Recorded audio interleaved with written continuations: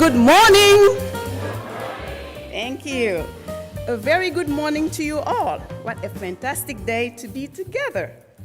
I am Dr. Rokhaya now, aka Daba, the 40th David L. Underwood recipient. What a joy and privilege it is to welcome each of you to the 50th David L. Underwood Lecture, an occasion truly worth celebrating.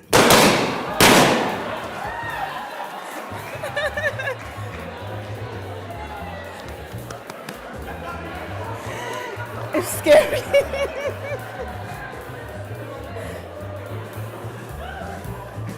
I was not expecting it to be that loud. Okay, this year's Underwood Lecture is especially exciting and meaningful. It is the 50th lecture in this long-standing tradition. Since 1976, we have been celebrating this FV institutional tradition. I was a toddler, and I know some of you guys were not even born.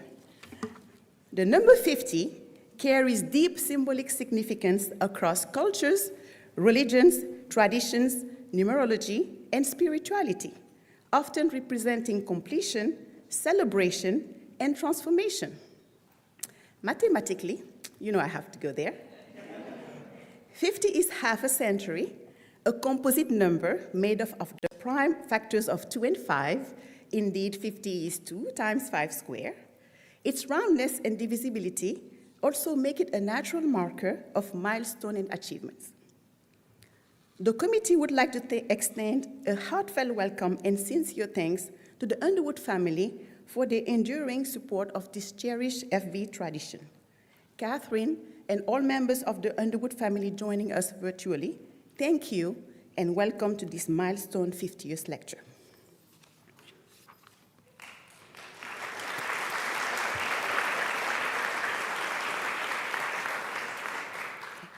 It is with deep sadness that we acknowledge the passing of Miss Annabelle Underwood before the announcement of the 50th recipient. Her presence and spirit have left a lasting impact, and we will hold her in our thoughts and prayers always. Welcome to the STLC Board of Trustees members. If you're here, can you just stand up so we can recognize you? I cannot see anybody, but all right. Welcome to the STLCC cabinet members. Welcome to our previous Underwood awardees. I think some of you here are here. Some of you guys are here. Please stand up.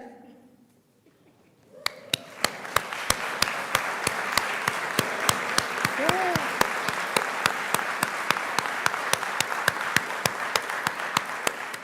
Okay. Welcome our honored guests, faculty, and staff. The committee would like to thank the special people who work continuously and tirelessly to make this Underwood institutional celebration a success. Please stand up when I call your name. Dr. Perkins, FV Campus President.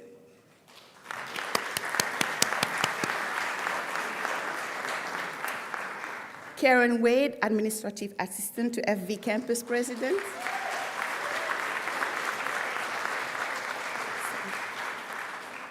Janice Neseshu, Dean of Communication, Design and Creative Arts.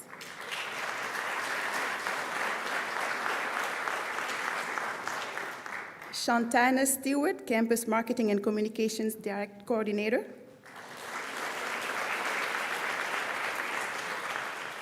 Dr. Paul Higdon, Music Professor and the 40th Underwood recipient. That's Paul. Aaron Linder, Media Specialist. It's way in the back. Brian T. Williamson, Theater Supervisor.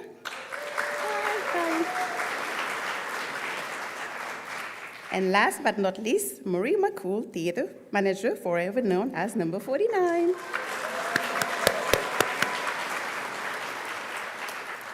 Thank you all. David L. Underwood was known for his love of education. He was deeply concerned with the welfare of students and staff alike.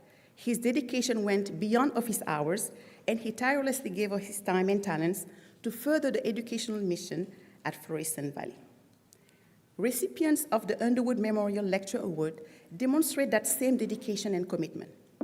Chosen by a committee of peers, The recipient exhibits excellence in instruction and a genuine humanistic concern for students, faculty, staff, and all education. Let's begin the program by extending a warm welcome to Dr. Paul Higdon, the 40th Underwood recipient, who, as always, will delight us with the following piece, Three Nouvelles Études by Frédéric Chopin. Thank you.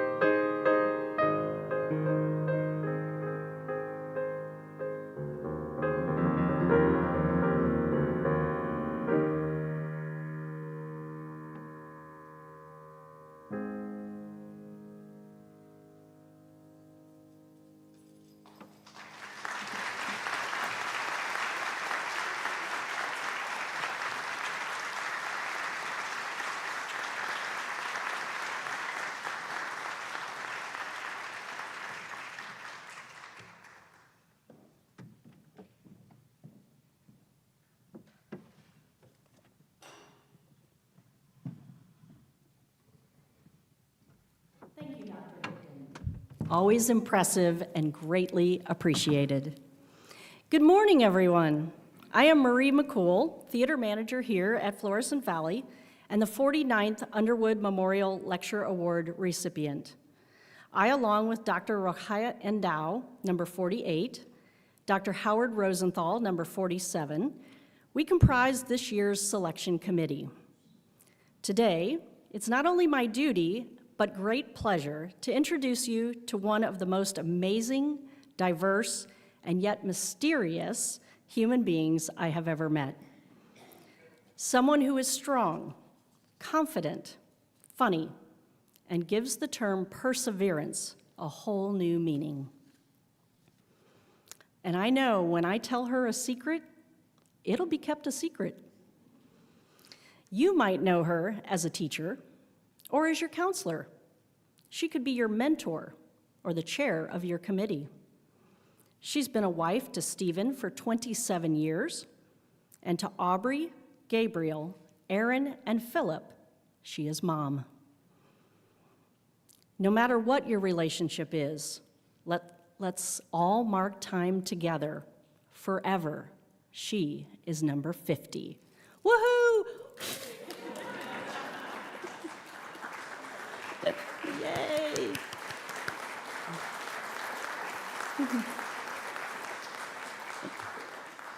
Professor Emily Lasek, yes, that's Lasek, not Lasek. She never imagined she'd be standing here before you all today as the 50th award recipient, because her first career goal was to be a singing pediatrician. Fortunately for us, that path diverged a little bit and steered her into counseling and education instead. She started at St. Louis Community College as a counseling intern in 2002. She became a full-time faculty member in 2004 in the counseling department and a full professor in 2015. As a licensed professional counselor, or LPC, she spent over 2 decades providing personal, career, and academic counseling to students while simultaneously teaching personal development, orientation, interdisciplinary, and psychology classes. While working as a therapist, Emily supervised graduate students in counseling and has provided supervision for state licensure. And if that isn't enough, she's facilitated over 50 different programs for STLCC. 50. How serendipitous is that? She has participated in over 30 different committees, led over a dozen of them. Most of us know her due to her detailed work on the curriculum committee, where she's held the chair for 17 years and been the district chair 6 times. She's even taught a class on happiness. How cool is that? But no matter what the discipline, she's helped faculty and staff throughout the district provide a strong foundation for student learning. This effort led her to being recognized by a body of her peers in 2023 as the Adria Award winner here at Florissant Valley. Lasek's solution-focused theoretical perspective concentrates on making all things possible for students. Several programs and initiatives continue throughout the campus that she was instrumental in developing. 2 examples of this are the on-site enrollment of high school students and certification in mental health first aid. In an effort to maintain a work-life balance, she left her counseling position after 21 years to join the psychology department, where she now teaches full-time. This gives her just a little bit more flexibility to pursue new ideas and interests. So I asked her, if you had any spare time, what do you do with it?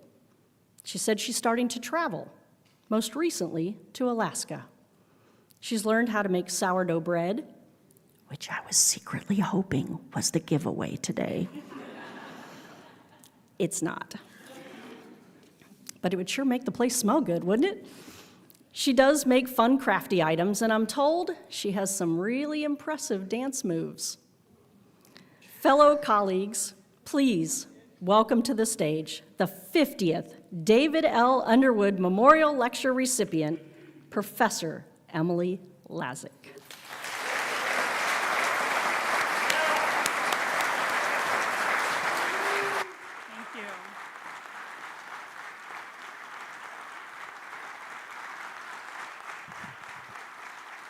Thank you. Well, that's not daunting at all. So I would like to thank you all for being here today when they made the schedule change. And our Flow Valley people know that this is usually later in the week. I was convinced no one would be here, so I'm very happy to see people. And I also want to thank my family and friends for coming, not only just to fill seats, so I made sure people were here, but also as a support for me during this time. So I'm really grateful, even though they don't quite understand how an award means that I have to give a speech. But this is part of our tradition here at Flow Valley.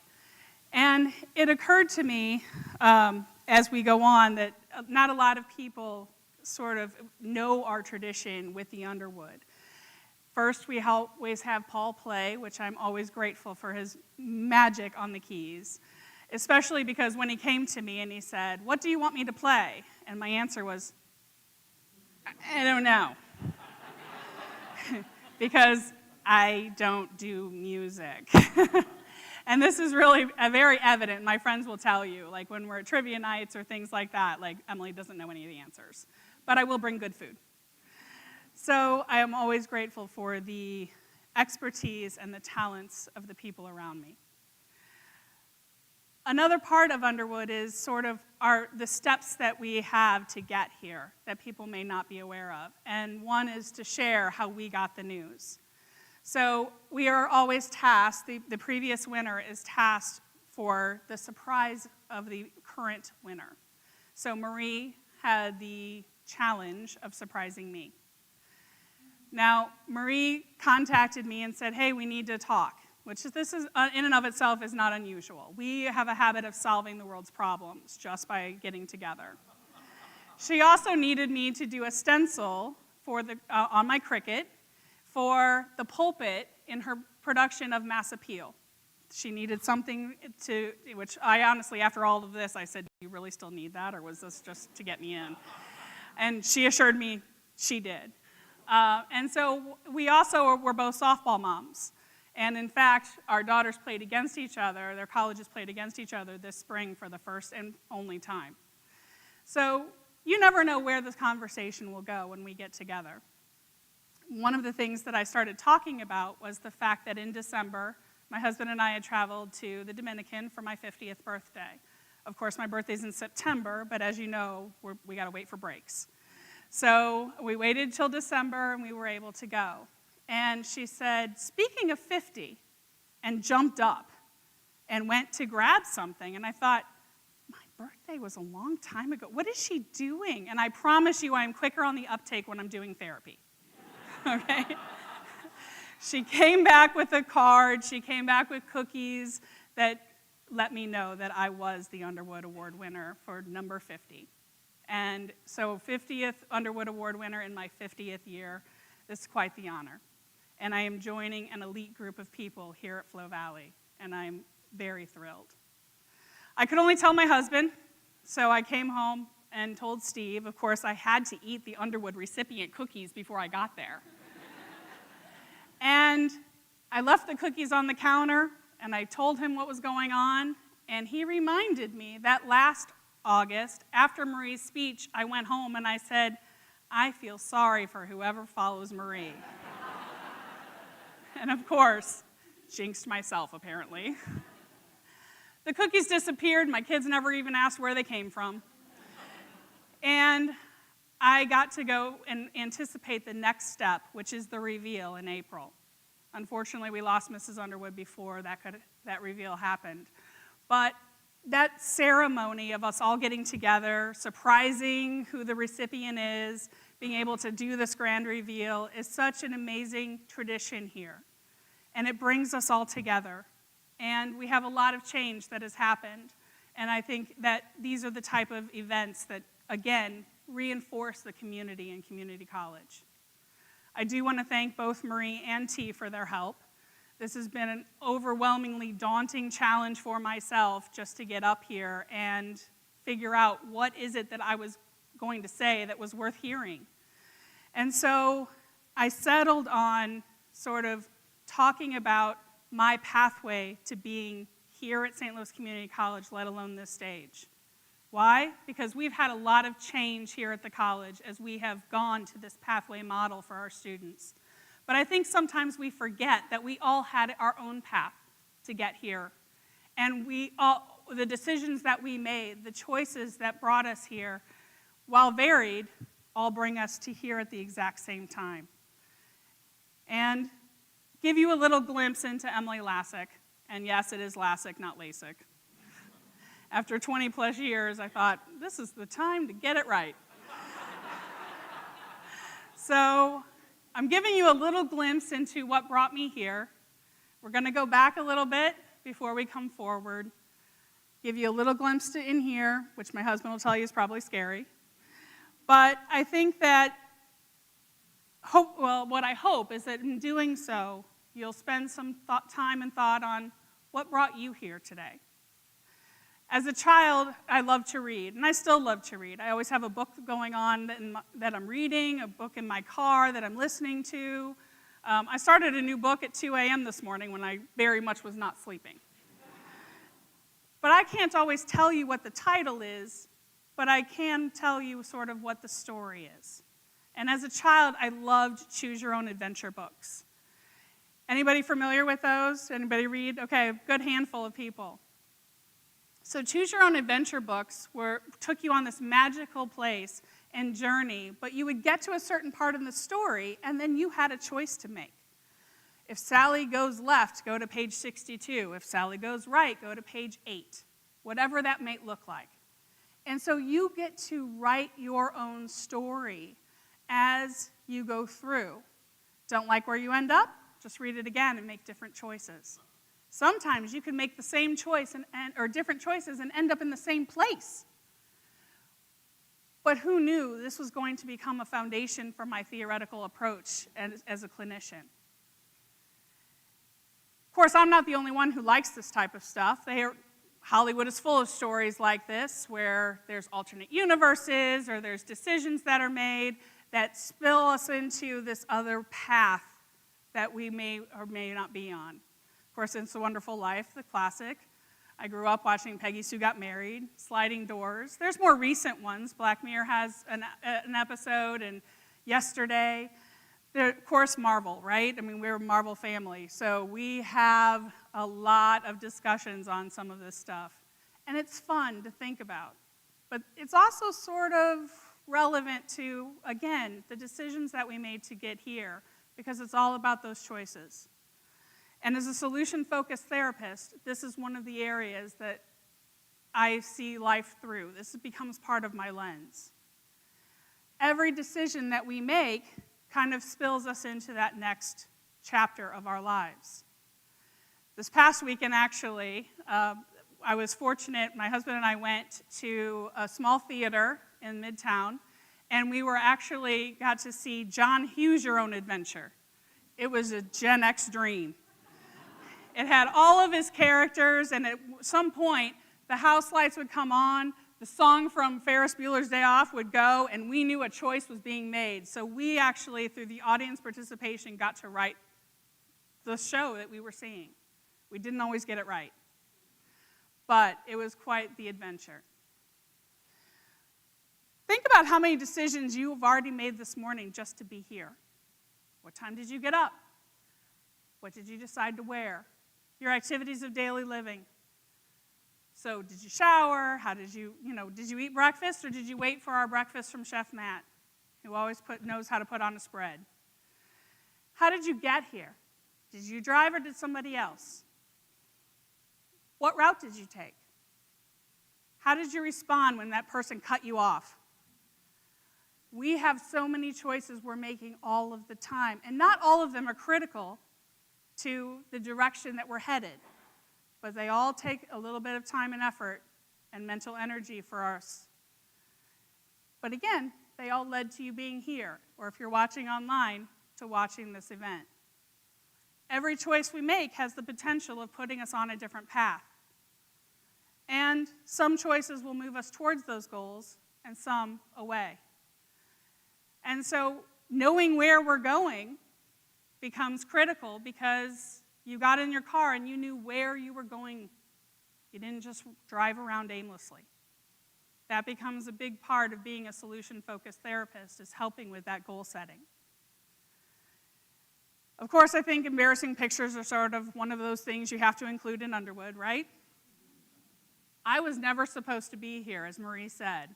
This girl, she was going to be a doctor. And initially, yes, pediatrics. Why? Because I read a book called The Pinballs. Now again, I can't tell you what I'm currently reading right now, that I downloaded off a Kindle this 2 a.m. this morning, but I can tell you this book that I read more than 40 years ago. And it was just one of those kid books that you read. It was one of those things that introduced me, however, to these 3 individuals who were in the foster care system. And I thought, kids need people to help. And so pediatrics made sense to me. Now, other events sort of manifested and created those critical moments of change. I was in the 8th grade, and this is my grade school, St. Bartholomew. It's over in Hazelwood, not far from here.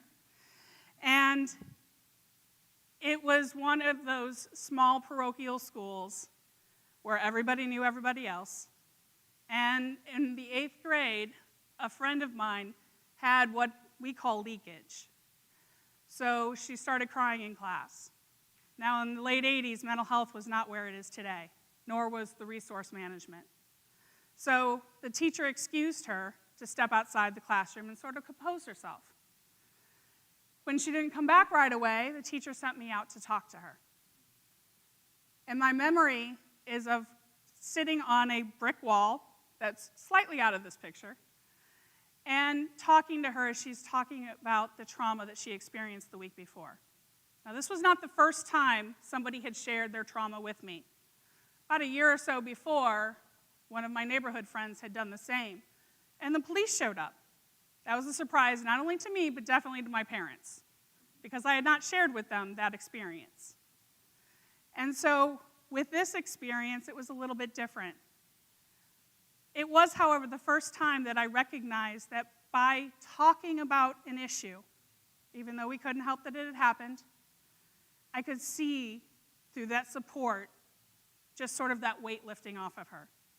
She got some perspective. She was able to calm herself down, and she was able to think through her next steps. And that stuck with me. And it made me start to realize that, yes, kids needed help, but maybe it's not pediatrics, maybe it's psychiatry. So what else was happening during that time was I was entering the world of work. Yes, in middle school. The summers before I turned 12, I started umpiring softball, fast-pitch softball, and I really credit this a lot with some of my personality. There's nothing like being a young female in charge of a large group of people who are angry. Somebody's angry with every call you make. Now, sport parents weren't necessarily what they are today, but we had our issues. And I would umpire for 15 years, including the summer I was pregnant with my boys. So this was something that stayed with me for quite some time. And think about it. As an umpire, you have to be in charge of the game. You have to make sure everyone stays safe. You've got to make sure that things are being equitable for those around you. And this was right up my alley. Now, of course, this wasn't the only job that I had. I worked at Medicare Glazer starting when I was 15. Every other Saturday, just me and a pharmacist, and I was a pharmacy tech at 15. I helped fill orders. I ran the retail part. It was a small pharmacy, but I even remember putting the medication in the capsules. Who let me do that? I look back at that now and I'm like, no way! But that was my job. And these type of jobs helped me to feel confident in my abilities no matter what happened. Now, Medicare Glazer got bought out by Walgreens, and I didn't go to Walgreens with them. I went to Venture. So now I was working retail, and anyone who works retail knows what comes across your experience. Now, this is actually the photo of the sign up here on Florissant Road. This was not my store. when it blew off a few years ago, everyone remembered Venture, and they had an article in the paper. My store was in Bridgeton. And my decision to go to Venture turned into one of those critical decision points that altered the shape of my life. I'll tell you why in a minute. So as I was graduating high school, again, another embarrassing picture, my senior picture. As I was graduating high school, I was still on track to be a doctor. I was going to go to Mizzou, and that piece of it was I had to be a chemistry major. And so being there at Mizzou was quite the shock.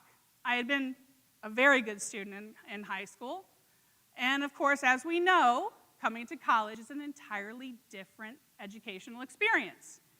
I didn't know how to study. I ended up on academic probation my first semester, and I had to dig my way out of that. I was taking all math and science courses and a psychology course thrown in, and I got to the point where I started to question if this was my path. Randy Posh in the last lecture says, brick walls aren't in our way to keep us out. They're there to show us how much we want it. I didn't want it badly enough. I did want the mental health. I did want the ability to help people, but medicine, this was not my path anymore. So I changed. I ended up going to UMSL in psychology, and wasn't that a fun discussion with my parents? But that ended up being the right path for me. Now, my senior year of college, I worked in their counseling center. And yes, they, at the time, had a counseling center that wasn't just grad students. They had a very similar setup to what we've had for years. Unfortunately, during that time, as I was working as a peer leader, doing awareness days, and a lot of the stuff that has directly transferred as I was working in the counseling department here, working in their career center, everything. But the unfortunate reality is I also got to witness what happens when a counselor violates their professional ethics. I ended up having to, again, come home after a long conversation with the department chair at the time and let my parents know, hey, I might need to go to court. They were understandably surprised. But it was through that experience that later on, as I stepped into the field myself, that I realized how important those ethics were, because I got to witness the aftermath. Not only through their department and their community, but also from the victim. And so that was very significant for me. Now, I went to work after getting my psychology degree, and I went into entry-level jobs, as you would, knowing full well I would have to go on at some point. But these jobs, like the earlier ones I was talking about, all served a purpose. Because why would I talk about jobs from 20, 30 years ago that have nothing to do with what we're talking about now, except that they do? This is where we find ourselves. This is where we learn how to interact, we learn about the world of work, and we develop those transferable skills. It's one of those avenues that I think is very important. And I think it's a missed opportunity. Some of my kids' peers, their parents would say things like, oh, I don't want them to work. I just want them to focus on school. And I think that's a mistake, because we lose a lot of teachable moments, and we lose a lot of reinforceable moments. That was no different as I went from those sort of unskilled, low-paying jobs to slightly more skilled, low-paying jobs after my bachelor degree. I worked as an activity therapist on an adolescent psych unit. I worked evenings, and that's where we need those jobs in certain fields. We have to desensitize. We have to develop that callus so that no matter what happens, we can handle it. It's also through that job that I realized I didn't want to work with kids anymore. It was a very difficult experience and really a mindset shift for me, because I was always going to work with kids. But after witnessing sometimes kids being that identified patient, but not really the problem, I realized I can't keep sending kids back into home with adults that really are the problem. And I'll never forget the 15-year-old who had come in because she was suicidal. Well, you would be too if mom was pimping you out after school. Guess what? She went home with mom. And that was one of those cases that I realized I need to make a change, and I need to work with adults so that kids never have this experience. And that was one of those things where, okay, now I got to go back to school. I had to change jobs to do it. So I ended up working with more kids when I taught kindergarten so that I could go back to grad school. And I ended up working crisis at some point. But these jobs, while slightly more trained than my earlier jobs, they served that purpose. I got that skill set that I needed. I'm able to address whatever situation comes up, and I have that confidence. I also started to figure out when I needed reinforcements. But it was through going to Lindenwood that really put me on the path to St. Louis Community College. Now, I said venture was one of those critical decision moments. It's because that's where I met my husband. Our relationship choices are so very important as well. Now, I included his graduation picture because he is a graduate from Forest Park. This is before we had St. Louis Community College. So my Forest Park people. But it was part of that being on that path. And it took us a while to get there. And part of that was the discussion that we had to make sure we were young. I was 23, he was 25 when we got married, and we had been together 5.5 years. We wanted to make sure we were on that path together. There's an exercise that I do with relationships with students, both in therapy and sometimes in my classes, where I have them with these concentric rings. I have them put themselves in the middle. And on each ring, from closest to furthest away, and they can have as many rings as they like, we start to plot out the people that are in their lives, their support system. I call it the support circles. It may have another name, but this is mine. And it helps to illustrate those people that are closest to us all the way out. It can be very enlightening. I've had students that had everybody shoved in the middle because everyone was their bestest friend. And I've had people that had everybody on the outside because they didn't feel like they had anyone that close to them. And it's very instructive to make that concrete. Of course, what we want is some equity, right? We want a little bit in every place. Everybody has a different role in our lives. And relationships have that direct correlation to our happiness. We know that the people we choose to have come into our lives make a difference in our happiness levels. Surround yourself with negative people, you're going to be more negative. Surround yourself with positive people, and you'll be more positive. So these relationship choices, no matter who they are in our support circles, become so very important. Now, I'm a solution-focused therapist, and decision-making is one of those fundamental issues that I come back to over and over again. But we don't always teach how to make decisions. Now, we have, here at St. Louis Community College, through our orientation courses and our Smart Start courses, we try to fill in that gap. But we give them a model that's not always my favorite. So I thought, what a better time to show you what my favorite model is. And, of course, we love our acronyms, so the acronym is SOLVE. Now, this model starts out the same as any other. You have to state the problem. You can't solve something if you don't know what it is. So that becomes tricky at times because we know that problems become very layered and intertwined. So sometimes we have to figure out what's the most important or what's the most urgent and kind of disassemble that mush of what life can be. The other piece of this is it has to be your problem to solve. All too often, people want to solve issues that are not within their control. I'll never forget one of my students here who came in and she's like, I need you to fix my boyfriend. Boyfriend wasn't in my office. Boyfriend didn't even know she had come to see a counselor. She wasn't happy in the relationship, and it took a few sessions for her to really switch that to something that was within her control, and redefine the problem.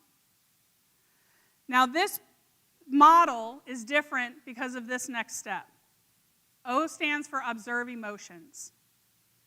When we make decisions out of our emotional state, invariably we have screwed that up somehow. And yet, a lot of times this is what we do, because we take emotions as truth, but they aren't truth. And we'll talk more about why that is. We need to honor those emotions. They're valid, but it doesn't tell the whole story. They are a symptom of what's going on. From there, we need to look at what our options are. And doing nothing is an option. Procrastination is a choice, and one that I struggle with myself. But we need to brainstorm, and this is where I will tell students, don't censor yourself. Put it all out there. It's not until we go to the next step of viewing our consequences that we start to identify what options may actually work for us. Because we're really not choosing the options, we're choosing the consequence. Now, this becomes an even more challenge in sort of where we've gone in education and where, as a society, as we've sort of taken away the experiencing of consequences. Our K-12 partners tell us that all the time. They can't give below a 50%. No matter when the students turn it in, they have to accept it. Again, this is a missed opportunity to teach transferable skills. Consequences teach boundaries. How are we expecting them to respect, to keep, or even to learn how to make boundaries if they've never been held to them? So learning about those consequences becomes so critical. Our last step is evaluate. And I think we all can do a better job of evaluating the decisions we make. We pick our option, we live with that consequence, but how often do you go back and say, was that a good decision? We all know that person that's basically dated the same person over and over again, but in different bodies. So that's the kind of stuff that we have to evaluate. The analogy that I use, and I do speak with students a lot in analogies, is the rearview mirror. And I was able to even find something that put on the screen for you. But that rearview mirror, when you drove here today, you glanced back at it. It gave you information about what was going on around you, but you didn't stay in it. If you had just driven here trying to look in your rearview mirror, you would have crashed. But you made it, so I assume that's what happened. We look forward, but we always have to sort of identify and evaluate what decisions we're making so that next time we can make others. Now, when we make a good decision, that's great. Let's pat ourselves on the back. But what if we've made the wrong decision? Sometimes there's still opportunity to go back to that options list and pick something else. Sometimes it's a one and done. And we just have to carry that lesson with us as we move forward. Now, somebody is going to say, but Emily, you're only talking about the decisions that are within our control. What about what happens when we have to live with the consequences of other people's decisions? And we all know how that feels. And we've all done it. I'm sure you've seen some version of this. 10% of life happens, 90% is how we handle it.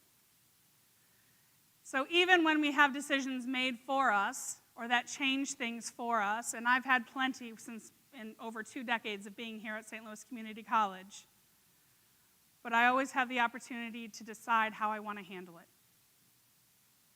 Not just in my professional career, but in my personal as well.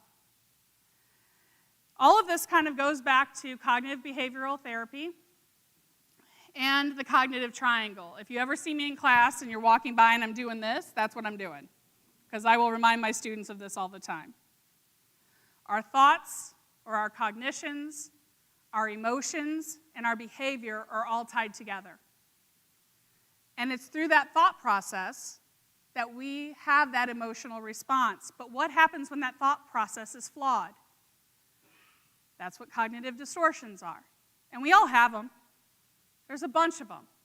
All or nothing thinking, emotional reasoning, filtering, projection, catastrophizing.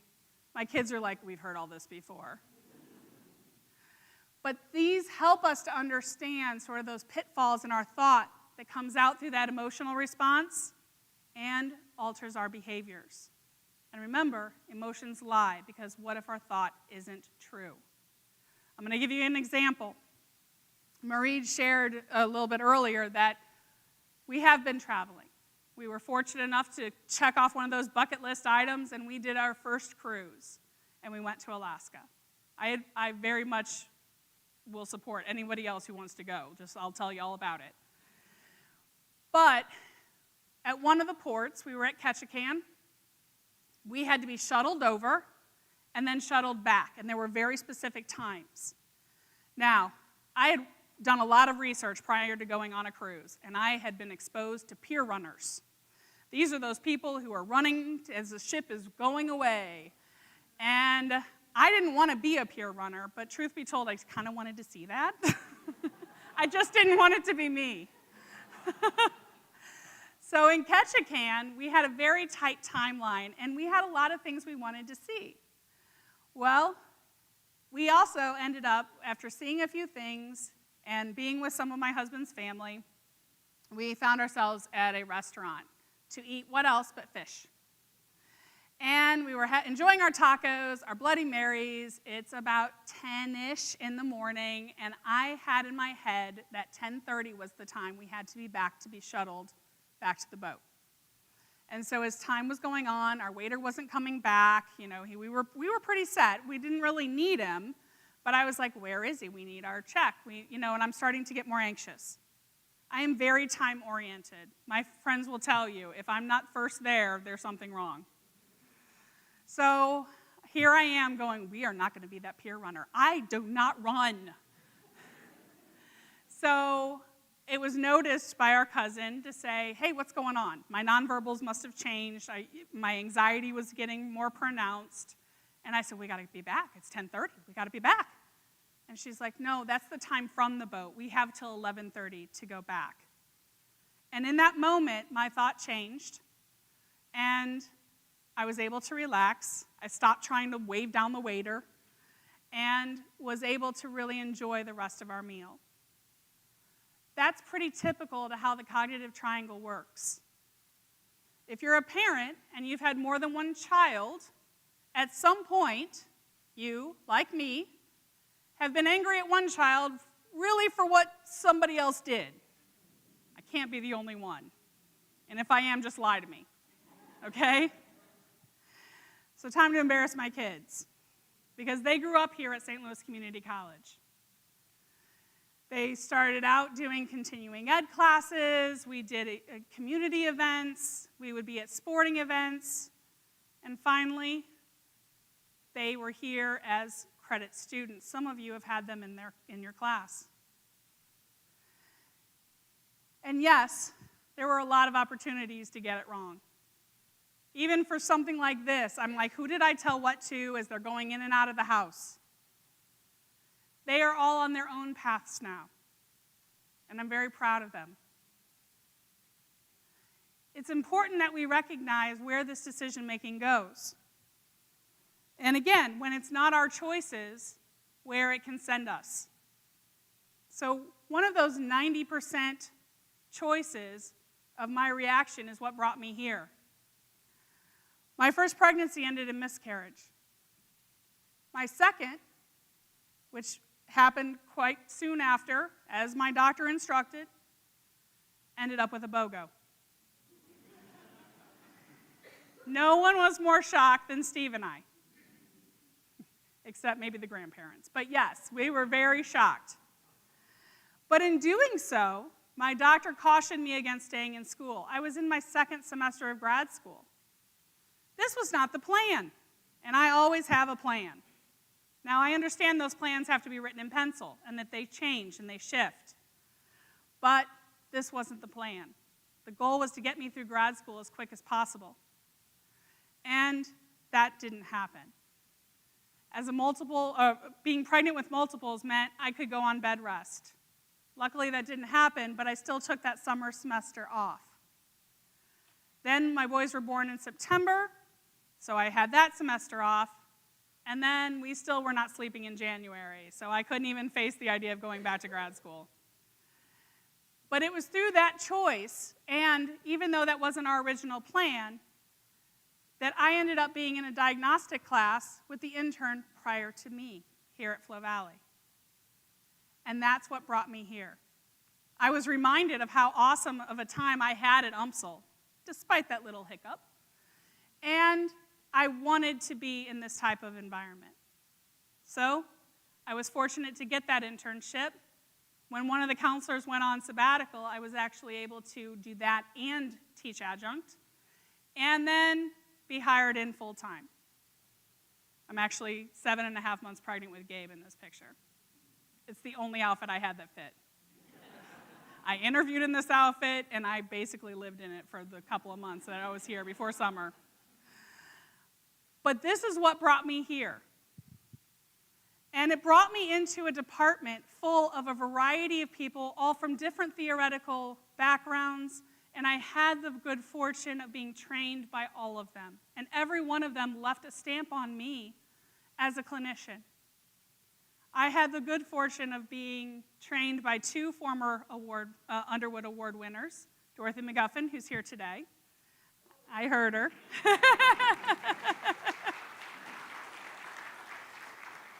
And Dr. Joe Worth, who unfortunately is no longer with us.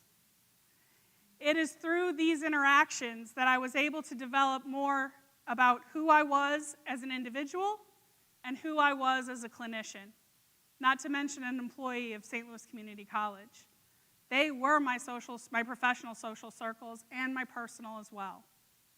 When you're in a job where you can't go home and talk about it, you needed that support, and that was crucial for me. Well, I keep mentioning that I'm a solution-focused therapist, and you might be saying, what does that mean? Well, there are some very real tenets of being solution-focused that we adhere to. One, that the client is their own expert. No one will know you better than you. I am just here to help support, and I will not know anything if you don't share it with me. My students will tell you, because I say this all the time to them, they're probably sick of me talking too, like, hey, if there were 5 words as a phrase that I would eliminate from the English language, it is, I know how you feel. Because you do not. You can go through something very similar. You can be in the same car during that car accident, and you will not know what that other person is feeling, thinking, unless they tell you. And solution focus really highlights that. It makes me look at every single person as an individual. Not, well, this student has got this problem again, and I've heard 18 different times about this problem, and so it must be this. But they have their own filter, they have their own lens, they have their own pathway that brought them to us, and they're the expert on themselves.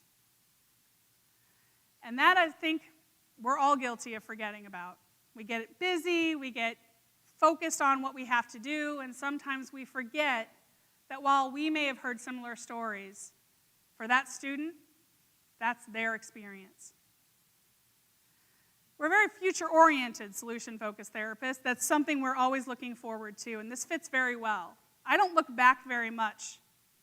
I'm guilty of not doing the E step as much as I should also. Now, I think this has benefited my husband because through arguments, as soon as I think, oh, we've resolved that, I move on. And so he'll be like, but we talked about this. I'm like, I don't remember because I'm already moved on. Because in my mind, we've already resolved it. And I'm always looking for the next step. Comes to that in goal setting too. Solution focus is very much building upon strengths, and we all have strengths, and shoring up those weaknesses. It is very decision-focused, so it makes sense for me. It's a very positive, optimistic way of looking at things, that no matter what the problem is, we can resolve it, or we can get to where you want to go. I'll never forget when a former administrator called me negative. And all I could think of is, what? That's not how I saw myself at all. But I also don't shy away from the problems. I don't think we solve any problems by not talking about it. So my act of talking about an issue led this administrator to believe that I was negative. Not negative at all. I'm always working towards solutions. I'm always looking at, if this is where we're going, let's figure out how to get there. I may not be the creative idea person, but I am definitely the person who starts to look at those practical realities. And I love the collaboration of solution-focused therapy. It's part of the reason why I love still being involved in curriculum. I have been able to work with some of you from all over the college that I never would have interacted with otherwise. And that collaboration comes together for us to really create the best product that we can. And that is our knowledge and our students' ability to learn and move on from here and reach their goals in the best way possible in whatever field they're working on. And I've had to work in fields that I don't even understand the language of. But through that collaboration, we can get that curriculum through. It's very empowering, I think, to be able to work on those skills, to be able to shore up our strengths, to be able to work on those weaknesses. And all of this is a part of who I am. It's hard for me to talk about who I am. Counselors are trained not to do so. We do not talk about ourselves. And I know some of you are like, I've been on a committee with Emily, she talks all the time. I know that, but not about myself. I'm trained not to, because that may create biases or those brick walls between people working together. I have to be a blank slate. And my movement from counseling to psychology really hasn't changed that. So I love that collaboration. I love being able to come and say, let's get this done. That's what I look forward to. Now, I have other 90%ers that I wanted to share in the interest of talking about myself a little bit more and feeling a little bit more comfortable, that since I've come here, I've had some health issues. Some of you are aware of it, some of you aren't. A couple of years after my daughter was born, I was diagnosed with thyroid cancer. And let me tell you, if you get a cancer, that's the one you want. But that C word, that's pretty scary. They took out my thyroid. Sorry, T, I just realized I touched my mic. But they took out my thyroid, and I take pills every day. I have to be monitored. Overall, relatively okay. Now, during that, I got to experience a radioactive iodine. Iodine is the only thing, or is only used by the thyroid, so they wanted to kill any residual cells. And in doing that, you radiate it, and then you become a walking X-ray for a couple of days. And at the time, they're like, you know what, you're going to have to be by yourself for a little while. I had 4 small children, bring it on! My parents were traveling out of town. I got to stay in their house. It was fine. But again, that C word is pretty scary. And so I started to develop coping mechanisms on how I was going to approach it.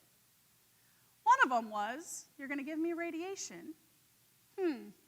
I want a superpower. Think about it. Most of your superheroes got superpowers from some form of radiation. And so that became my fun thing that I could do despite the cancer that I was going through and the treatments that were worse than anything I experienced just having cancer. So I'm not delusional. I knew I wasn't going to get a superpower, although I did settle on teleportation. And if you do want to know somebody a little bit better, ask them what superpower. You get some very interesting answers. But these helped me a lot 11 years later when I was diagnosed with breast cancer. Now, the situation was a little bit different. My treatment was a little bit different. The college was a little bit different. This was 2018, the fall of 2018, where we had just gone from 6 counselors to 2 through the rifts. So my department was different. And I had a lot on my plate. I was Mother's Club president at my son's high school. I was in charge of the Christmas boutique. We had Impractical Jokers tickets. I didn't want to miss any of it. And my oncologist came after the lumpectomy and said, chemo is your choice. What? How am I qualified to make that choice? What do you mean it's my choice? Who chooses to have chemo? Well, ultimately I did. And she was very specific, like, hey, you're going to lose your hair unless you do something called cold capping. So in talking with my husband and figuring more out and doing the research, we decided to cold cap. Not because I was worried so much about losing my hair, although let's be honest, I don't think this would look good bald. There was a little bit of vanity there, and I'll own that, especially when somebody said, why are you cold capping? How could you be that vain? Hair will grow back. They actually said that to me.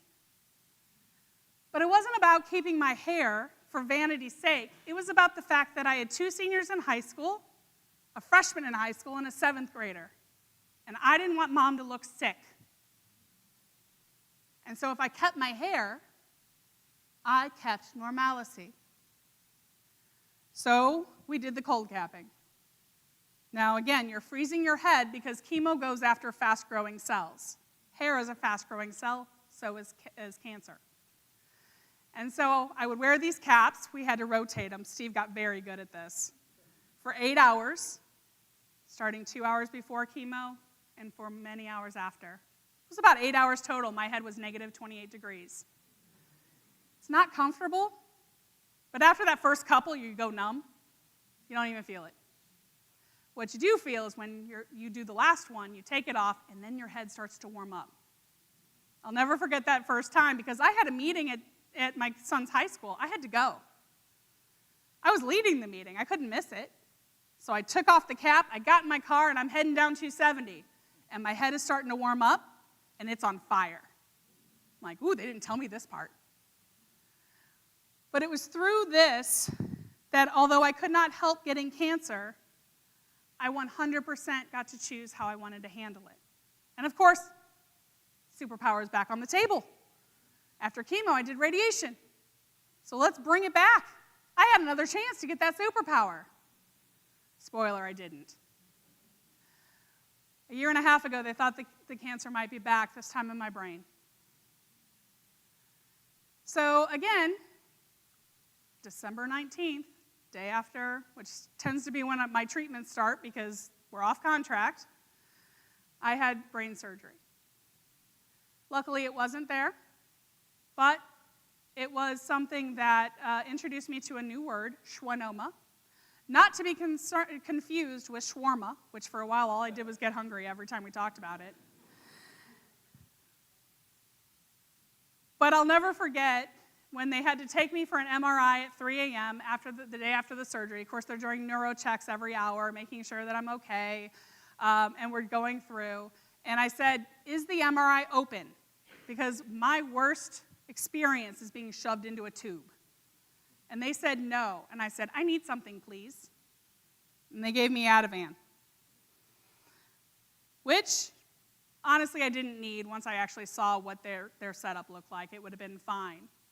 But we were also looking at our program here for ultrasound and for a lot of the MRI and all this. So I started having that conversation.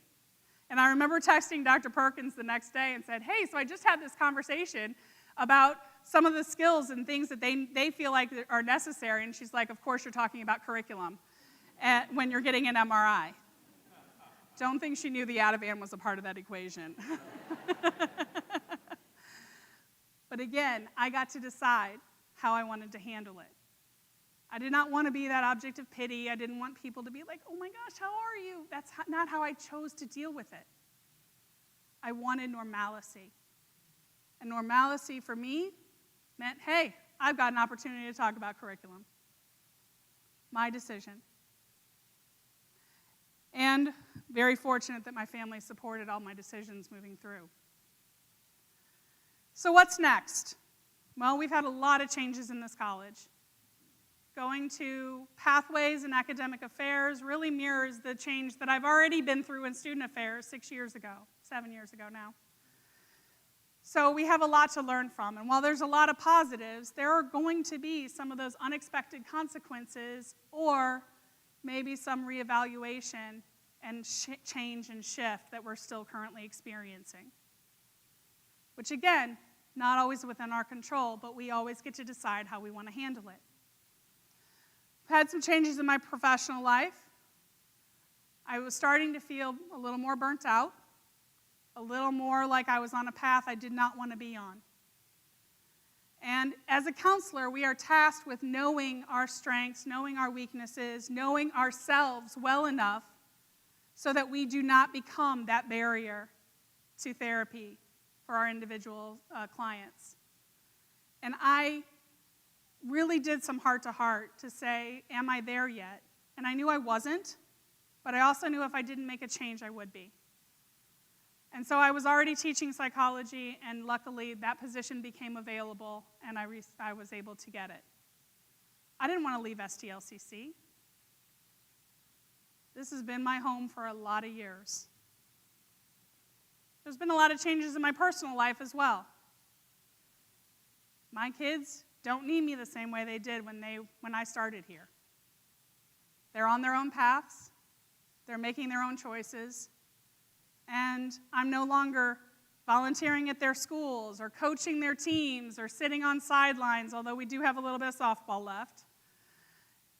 And so that has freed up some opportunities for me to grow in new directions.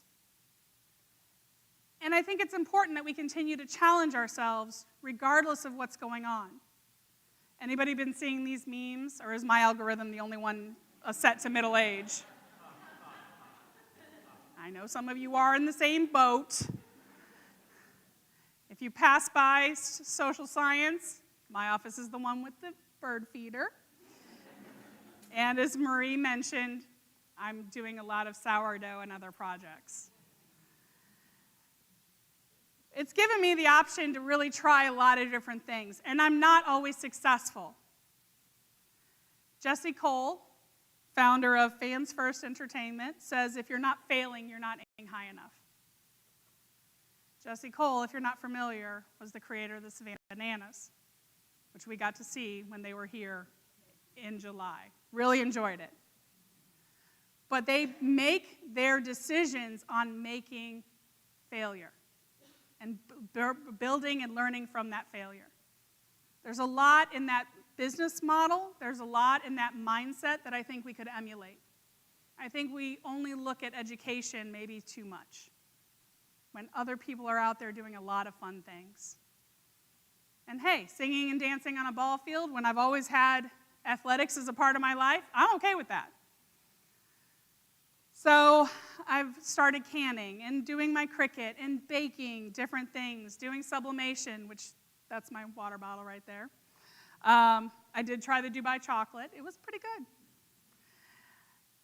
Traveling is becoming more and more one of those goals that my husband and I have set as we've had these changes, because we have to sort of reevaluate where we are and where we want to be, which we need to revisit that from time to time.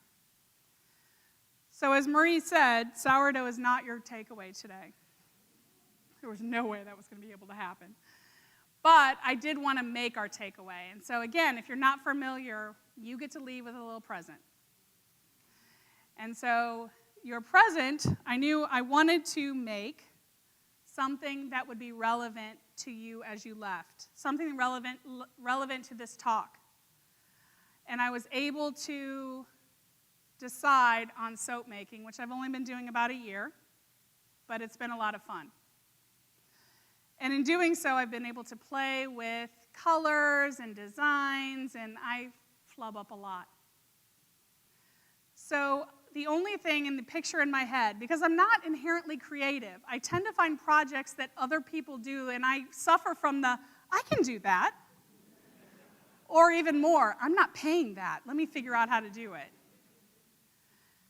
And so doing and learning embeds, putting an embed into the soap, I've never done that before.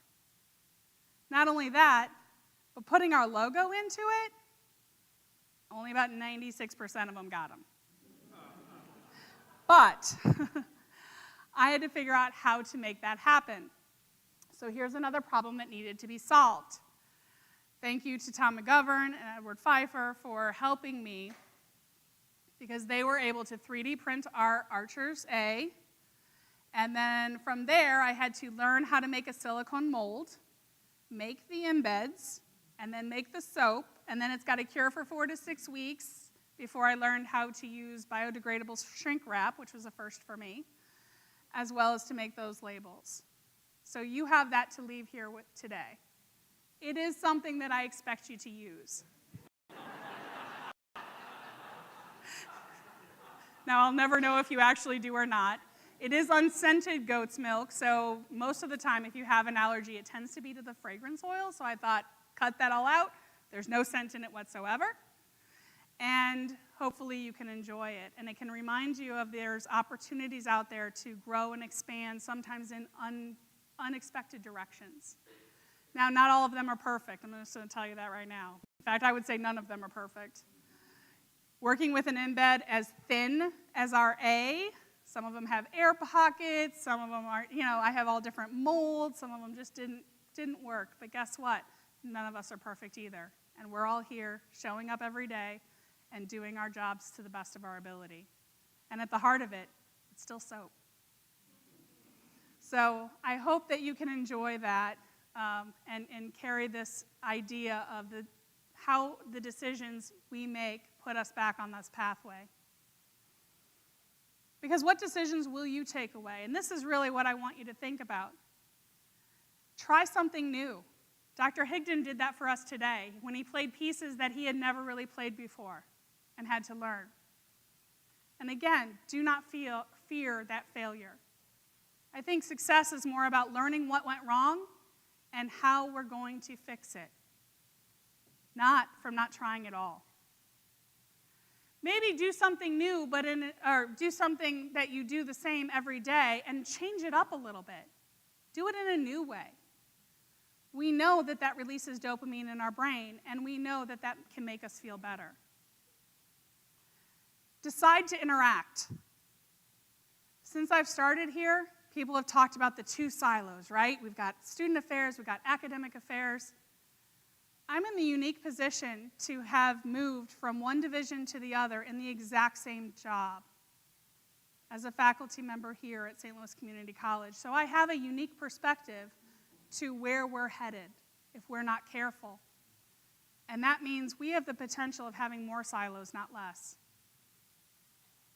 So this is really important. And I know my introverts right now are cringing. Please don't make me talk to other people. I don't want to go talk to other people. I get it. But we've lost some of that connectivity. We've lost some of that community.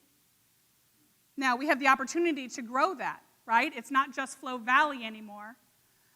But I look at myself. I've been in this department a year, and I don't even know all the people in my department, let alone my pathway. So I need to put more effort into making those connections, because it's only through those connections, like I had in counseling for many, many years, that we can be a support to each other. And I really focus on the people aspect of that. Know your why. When you have rules in your class, like I do, and I'm pretty strict with them, but know why you have them. When you make the decision, know what's underlying it, and certainly look at those transferable skills that you're teaching in the process. Now, this extends beyond the classroom, because every interaction we have with the student, whether it's enrollment services or advising, has that opportunity to teach.